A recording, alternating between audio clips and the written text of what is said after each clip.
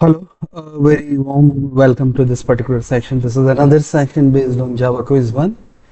My name is Kuldeep Bhogna. Last session में हमने इसमें एक ही क्वेश्चन किया था, that is our quiz.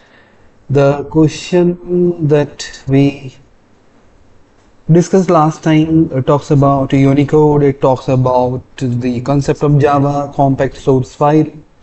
ठीक है, इम्प्लिसिटली डिक्लेयर्ड क्लासेस क्या होती हैं? आपने एक फ्लैग का यहाँ पे इस्तेमाल देखा था लास्ट टाइम पे। अगर मैं हाईलाइट करूँ तो मैंने कुछ ऐसे लिखा था, javac that is the name of compiler, then hyphen source, और उसके बाद हमने यहाँ पे कुछ लिखा था 26, then the name of file which we are about to compile, और ये सक्सेसफुली कंपाइल हो गया था। If your current version is 26 तो आपको ये फ्लैग एक्सप्लिसिटली लिखने की जरूरत नहीं है। मैंने इस वैल्यू को भी लास्ट लेक्चर में 210 कर दिया था, तो जिसके लिए उसने एक एरर जनरेट कर दिया था कि ये एक लीगल सोर्स रिलीज नहीं है। ठीक है, तो मैं थोड़ा सा इस प्रोग्राम में जो हमने आपका एक कॉन्सेप्ट यूज किया है यूनिकोड का, थोड़ा सा उस पर कुछ डिस्कशन करके नेक्स्ट क्वेश्चन की तरफ मूव ऑन करूंगा। क्लियर? तो डिस्कशन हल्का सा बेस्ड है यूनिकोड के ऊपर। तो देखिए देखिए मैं इसको किस तरीके से डिस्कस करना चाह रहा हूँ कि सपोज हम यहाँ पर आते हैं और एक प्रैक्टिकल करते हैं, हम इधर आए और हमने अपना फोल्डर जो हम डेवलपमेंट के लिए यूज कर रहे हैं that is Java Vidya Sutram, that is our organization Vidya Sutram which contains the Java directory, then further that Java folder contains Java Quiz 1। यहाँ पर हम काम करेंगे। क्लियर? तो मैं यहाँ पर आके डॉस को शेल को लॉन्च कर देता हूँ। ठीक है, इधर आता हूँ, क्लियर करता हूँ स्क्रीन को और यहाँ पर एक कोड फॉर्म करने की कोशिश करता हूँ। नोटपैड, ठीक है, यूनी डेमो डॉट जावा, मेरी फाइल का नाम है uni dot demo dot Java, और मैं अंदर आता हूँ और एक क्लास बना रहा हूँ। क्लास को मैं कुछ नाम दे रहा हूँ विद्या सूत्रम, या विद्या सूत्रम नाम नहीं देते इसको, मैं यूनी कोड डेमो ये नाम दे देता हूँ। मैं जानबूझ के नाम अलग रख रहा हूँ, क्लास का नाम अलग है, फाइल का नाम अलग है, इसमें कोई इशू नहीं होता है। कुछ लोगों ने एक मेथड डेवलप कर रखा है कि दोनों का नाम सेम रखना पड़ेगा, ऐसा नहीं है। क्लियर? और मैं यहाँ पर आकर क्या लिखता हूँ, word main, then our main method. नए वर्जन आपको अलाउ कर रहा है कि your main method can be non static, it is a non static version of main method. पहले ये संभव नहीं था। मैं यहाँ पे लिख देता हूँ, hair we are using the non-static version of main method। तो ये जो नॉन स्टैटिक वर्जन है हमारे मेथड का, इसको यूज करने के लिए, नॉन स्टैटिक का मतलब ये होता है कि ये एक ऐसा बिहेवियर है जो क्लास को बिलोंग नहीं करेगा, क्लास के ऑब्जेक्ट को बिलोंग करेगा। And if you really want to use a behaviour that belongs to a particular object, then you first you need to introduce an instance or object of that particular class। clear? तो यहाँ पर object बनाने का जो headache है that is totally pain of JVM. JVM अपने आप object बनाएगा, इस बिहेवियर को कॉल करेगा और अंदर मैं कुछ भी स्टेटमेंट इस तरीके से इंजेक्ट कर सकता हूँ। अगर आप बहुत ही कंसाइज वे में स्टेटमेंट मेंटेन करना चाह रहे हैं, then you have a class whose name is IO dot println, और आप यहाँ पे कुछ मैसेज दे सकते हैं, suppose hi testing on Unicode, ऐसा कुछ हमने लिखा, सेव। अब देखिए अगर आप इस प्रोग्राम को ध्यान से देखें तो इसमें मैंने एक कमेंट मेंटेन करा है, that is single line comment. Clear? मैंने इसको सेव कर दिया। अब मैं इधर आया, मैं यहाँ पे मेंटेन कर रहा हूँ मल्टी लाइन कमेंट, मैंने मेंटेन कर दिया। मैं इसको सेव करता हूँ, कंपाइलेशन के लिए आगे जाता हूँ।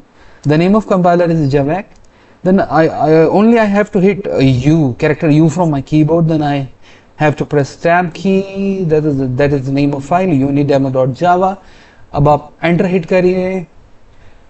Okay, everything is fine. It means इसने एक बाइट कोड जनरेट करके दे दिया। अगर आप लिखते हैं इस डायरेक्टरी में जितनी भी फाइल्स हैं जिनका एक्सटेंशन डॉट क्लास है हमें दो, तो ये देखिए यूनिकोड डेमो डॉट क्लास। तो अगर मैं फर्दर एग्जीक्यूशन के लिए जाता हूं, मैं लॉन्चर का सहारा ले रहा हूं जो जेवीएम को लॉन्च करेगा और इसको अपना बाइट कोड प्रोवाइड कर रहा हूं, Unicode demo. Clear? The name of file is unidemo and the name of class that belongs to that particular Java source code is Unicode demo. Then hit enter. Perfect. Hi, testing on Unicode. Clear? तो अब मैं आपको किस चीज का यहाँ पे ध्यान रखना है ये बताना चाह रहा हूँ। तो मैं इधर कमेंट में आया और मैंने यहाँ पे लिख दिया हाय फ्रॉम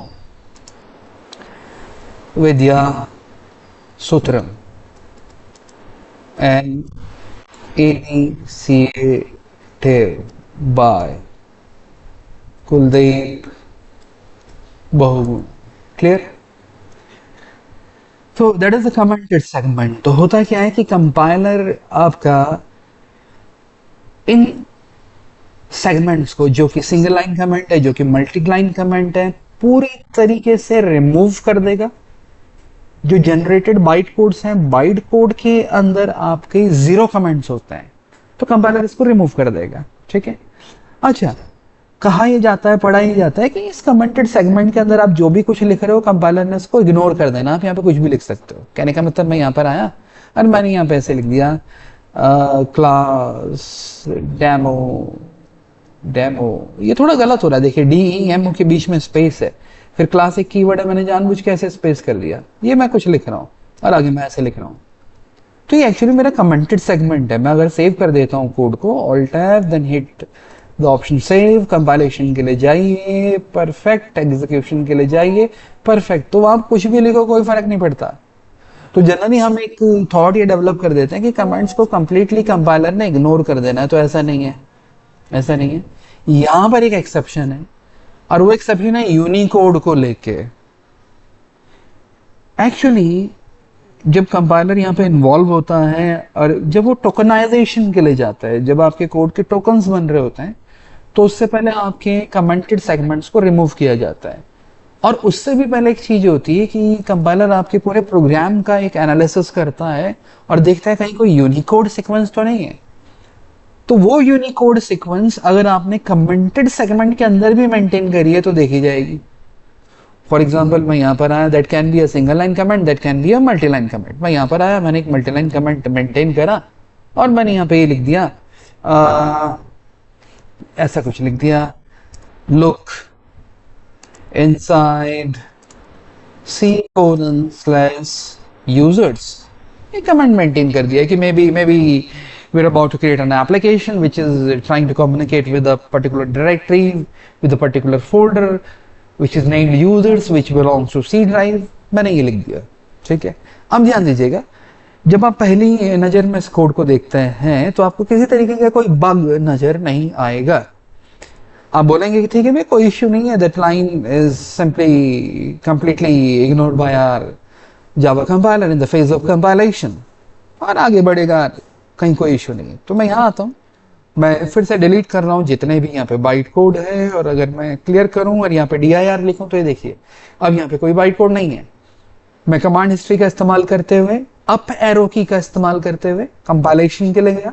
अब मैंने एंटर हिट करा, देखिएगा, गौर कीजिएगा, ये देखिए यहाँ पर इश्यू आ गया। उसने इसको स्टडी करा है और क्या बोला है, इलीगल यूनिकोड स्केल। तो एक्चुअली आपके प्रोग्राम में क्या हो गया, उसने इतनी चीज का एनालिसिस किया और ये हिस्सा ये बताता है कि you are about to create a Unicode. आप एक यूनिकोड की बात कर रहे हो और यूनिकोड इस तरीके से नहीं लिखे जाते हैं। यूनिकोड किस तरीके से लिखे जाते हैं, अभी आपने लास्ट एग्जांपल जो देखा था, problem 1 we have discuss last time. तो ये देखिए, ये देख रहे हैं आप, ये आपका यूनिकोड है। बैकवर्ड स्लैश यू और उसके बाद 4 डिजिट्स का कॉम्बिनेशन हमें चाहिए होता है। लेकिन अगर हम यहाँ पे देखें हमारे इस एग्जाम्पल के अंदर यूनिकोड डेमो.जावा, तो ये देखिए बैकवर्ड स्लैश यू और आगे कोई लीगल हेक्साडेसिमल कॉम्बिनेशन नजर नहीं आ रहा है। तो उसने तुरंत यहाँ पे कंपाइलेशन के टाइम पे, जब आप कंपाइलेशन के लिए गए, उसने बोल दिया इलीगल यूनिकोड एस्केप। तो आपको ध्यान रखना है, मैं आपको ये बताना चाह रहा हूँ कि पूरी जावा में there is only one exception. Exception को हम हिंदी में अपवाद कह देते हैं। एक ही अपवाद है कि अगर आपने कहीं कमेंट्स मेंटेन कर रखे हैं और वहां पर आपने इस तरीके से कोई ड्राइव वगैरह इस्तेमाल कर दी है और उसका नाम इस तरीके से शुरू हो रहा है, तो it will be considered as a Unicode. और और टोकनाइजेशन से पहले पार्सिंग के दौरान कंपाइलर पूरे यूनिकोड्स का एनालिसिस भी करता है आपके सोर्स कोड में। तो फिर इससे बचने का तरीका ये है कि या तो आपकी डायरेक्टरी का नाम कुछ और हो या आप इसको एस्केप करो। जब आप इसको ऐसे लिखते हैं तो जो इसका मीनिंग है, जो ये यूनिकोड की तरह एक्ट कर रहा है, आप यहाँ पे एक और बैकवर्ड स्लैश लगा दो और इसको सेव करो और आप कंपाइलेशन के लिए जाओ। परफेक्ट। और अब आप एग्जीक्यूशन के लिए जाओ, जो भी आपकी क्लास थी Unicode demo, it will give you the legal output. तो ये छोटी छोटी चीजें हैं, इनका भी आपको ध्यान रखना है, ठीक है। तो कहने का मतलब है ये जो चीज है, अगर मैं यहाँ पे कमेंट बना के लिखूं तो मैं यहाँ पे लिख सकता हूँ, लास्ट टाइम ये कुछ इस तरीके से था, ये चीज था, तो मुझे यहाँ पे लिखना चाहिए कि it yields a syntax error because of backward slash u is not followed by 4 hex digits। Clear? आगे हेक्स डिजिट्स नहीं थी। तो ये छोटी छोटी बातें हैं बेटा जिनको आपको ध्यान रखना पड़ेगा।